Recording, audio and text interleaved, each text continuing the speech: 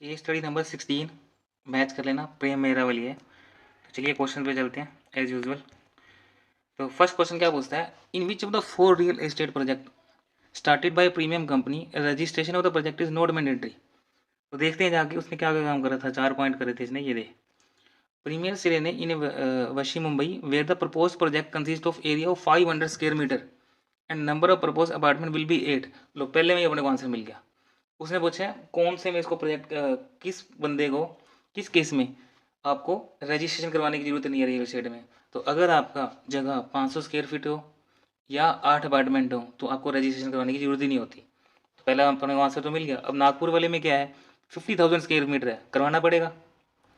और अपार्टमेंट कितने हैं, 80। ओ, अगले में कितने हैं, 5,000 स्क्वायर मीटर और 80 अपार्टमेंट, इनमें भी कराना पड़ेगा। और अगला क्या है, 5,000 स्क्वायर मीटर और 100 अपार्टमेंट्स, यहाँ पे भी करवाना पड़ेगा। तो पहले बार पॉइंट आ गया, प्रीमियर सेरे ने इस केस में आपको नहीं करवाना पड़ेगा। तो पहला आंसर हमारा मैच होएगा ए। सेकंड पॉइंट कहता है mister Harshit has himself announce that any person making booking versus their agency will be given an extra amount in regard to provision of RERA this announcement can be deemed as. अब इस question में क्या आता है, जो हर्षित था ना वो रियल एस्टेट एजेंट था। इसने क्या करा, बिना पूछे किसी से, Mr. Harshit Khanna, registered real estate agent, owner of the firm called Harshit Homes. He wanted to get associated with premium companies selling flat to Mumbai as well as Nagpur project. Harshit give advertisement करवा दी उसने without the company knowledge. Company को पता ही नहीं।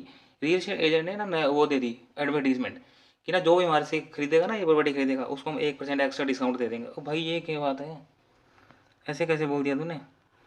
Mislead मत कर buyer को, क्योंकि बाहर में जब वो बायर आएगा उसको पता चलेगा कि ये तो इसने अपनी मर्जी से करे, कंपनी की, हमारे को तो ये बात पता ही नहीं, मिसलीड कर दिया। मिसलीड वाला पॉइंट ढूंढो। B, misleading the buyer for service that are not intended to be offered. कल हो गया पॉइंट, बी आंसर हो गया हमारा। The company decided to construct the Nagpur project on 2 different phases due to a shortage of fund. What shall be the impact of decision on the project?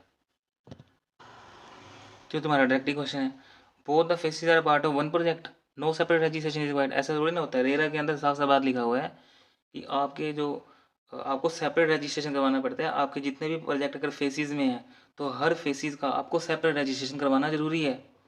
अब इस case study के अंदर ना faces के अंदर वो करवा रहा है वो, तो फेसिस के अंदर आपको दोनों फेसिस को रजिस्ट्रेशन करवाना स्टैंड अलोन जरूरी है। तो each phase will be consider as a stand alone project and separate registration is required for both phases. Answer क्या हो गया हमारा, सी, डायरेक्ट क्वेश्चन था। XYZ infrastructure company after the takeover of the project did changes in the layout of the project. Is it authorized to do the changes the layout of the ongoing project? इस case study में क्या था, मैं तो आपको दिखाता हूँ। XYZ developer बाद में आया था, हम पहले ये प्रोजेक्ट किसी और के पास था, तो उससे ना वो काम पूरा नहीं हो रहा था, तो उसने क्या करा, XYZ को दे दिया। ये देखो, एक ना इसका बाकी सारे काम तो कंप्लीट हो गए थे। एक नासिक प्रोजेक्ट था, वो कंपनी से पूरा नहीं हो रहा था, कंपनी लॉस में जा रही थी, तो वो सोच रही थी ये प्रोजेक्ट मैं किसी और को दे देती हूँ। तो अगर रेरा के अंदर क्या होता है, प्रमोटर से अगर कोई काम पूरा नहीं हो रहा तो पहली बात तो वो ट्रांसफ़र कर नहीं सकता। अगर ट्रांसफ़र कर भी रहा है, अपना काम किसी और को दे भी रहा है, तो जहाँ से उसने काम छोड़ा है ना, बस वहीं से बिना किसी चेंजेस के वहीं से वो काम दूसरे प्रमोटर को करना होता है। आप उसके अंदर चेंज नहीं कर सकते। अब XYZ इंफ्रास्ट्रक्चर को आपने प्रोवाइड कर दिया, XYZ इंफ्रास्ट्रक्चर ने क्या कर रहा है, कंपनी का लेआउट ही चेंज कर दिया। भाई अलाउड ही नहीं है ये। पहले प्रमोटर ने जहाँ काम जैसे छोड़ा है ना, वैसे वहीं पकड़ना पड़ेगा, उसी टाइम में, रिमेनिंग टाइम में आपको वो काम पूरा करना होता है। तो चलो पढ़ते हैं इसके अंदर क्या है। Before doing any changing in the project it has to take prior approval. नहीं, कर ही नहीं सकता वो। As a new promoter of the project it is authorise to make necessary changes with the permission of 2/3 of allottee. कर ही नहीं सकता यार। The new promoter is required to carry forward the project complying with all pending obligation of erstwhile promoter. ये बात सही है तेरी। फोर्थ आंसर लगा दो। Question number 5, final meeting of the committee of creditor held हुई 25 मार्च 2020 को। It is necessary to hold meeting in person can be arrange otherwise. क्या पूछना चाह रहा है, since it is a final meeting everyone needs to be present in the person, meeting in person is not necessary, it can be. हाँ ये कर सकता है, क्या दिक्कत है, जरूरी है थोड़ी है सबका आना जरूरी है। वीडियो कॉन्फ्रेंसिंग अलाउड है, बी आंसर कर दो इसका। नेक्स्ट हमारे डिस्क्रिप्टिव क्वेश्चन में क्या पूछता है, answer the following question with respect to constitution of the committee of creditor. All the 4 Indian bank as a consortium give loan to premium company, how will they form part of committee of creditor, how they voting share would be determined. और second part पूछता है जे भी, चलो एक एक कर करते हैं। अब ये इसमें क्या कर रहा है, तो अगर कोई बंदा फाइनेंशियल क्रेडिटर है, ऑपरेशनल क्रेडिटर है, तो वो कैसे काउंटिंग होगी उनकी, चेक करते हैं। अब 4 बंदों ने मिलकर ना, 4 बैंक ने मिलकर एक कंसोर्टियम लोन दिया आपको। How will they form part of a committee of creditor? जितने जितनी परसेंटेज में दी है उतनी उतनी परसेंटेज में उसको फाइनेंशियल क्रेडिटर डिटरमाइन कर देंगे।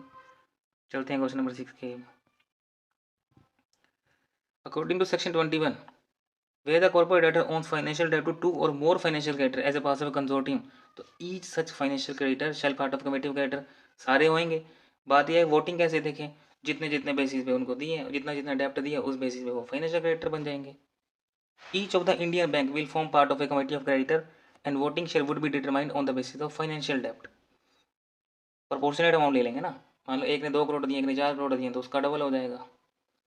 It is to mention foreign bank can not be part of COC, foreign bank COC का पार्ट नहीं हो सकता। IBC is not a extra territorial law, ये इंडियन लॉ है। The court situated outside India will not be recognise insolvency liquidation और proceeding of company in India. हम foreign की company को लिक्विडेशन नहीं कर सकते, नहीं बोल सकते हम। और दिस कम्स, ये हमारा एक टॉपिक आएगा क्रॉस बोर्डर इंसॉल्वेंसी का, वहाँ कवर करेंगे। तो ये जो टॉपिक है वो सेक्शन 234 235 के अंदर आता है, क्रॉस बॉर्डर ट्रांजेक्शन में। सेक्शन 234 डील करता है arrangement with foreign country, section 235 deal करता है letter of request to country outside India. Second part में क्या पूछा उसने हमारे से, JV national bank is a financial as well as operational creditor.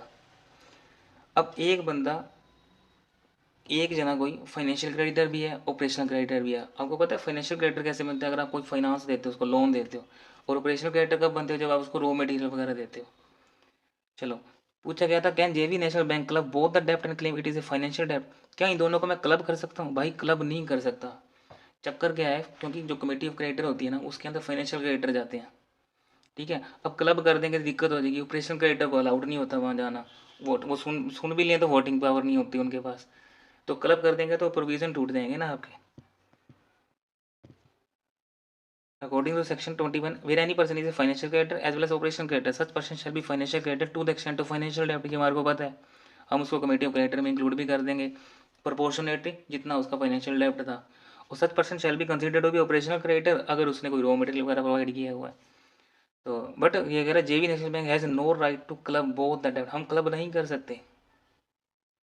Bank would be consider as a financial creditor only to the extent of financial डेप्ट, भाई तूने जितना फाइनेंशियल डेप्ट दिया ना उसके लिए हम तेरे को फाइनेंशियल क्रेडिटर बोलेंगे, क्लब मत करवा हमारे से।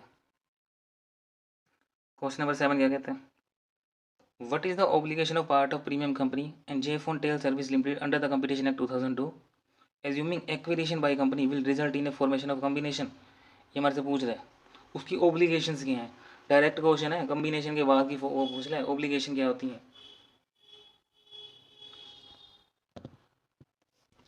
कंपटीशन का एक्ट खोलो, कॉम्बिनेशन का पॉइंट खोलो, सेक्शन 5 डायरेक्ट पहला पैरा है, छाप दो सेम टू सेम।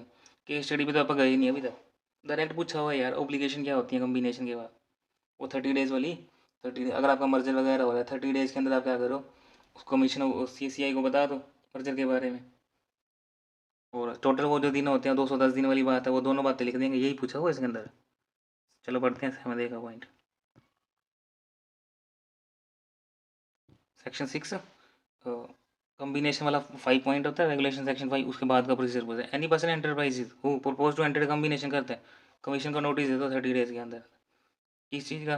भाई मर्जर अमलगमेशन इनका अप्रूवल के लिए।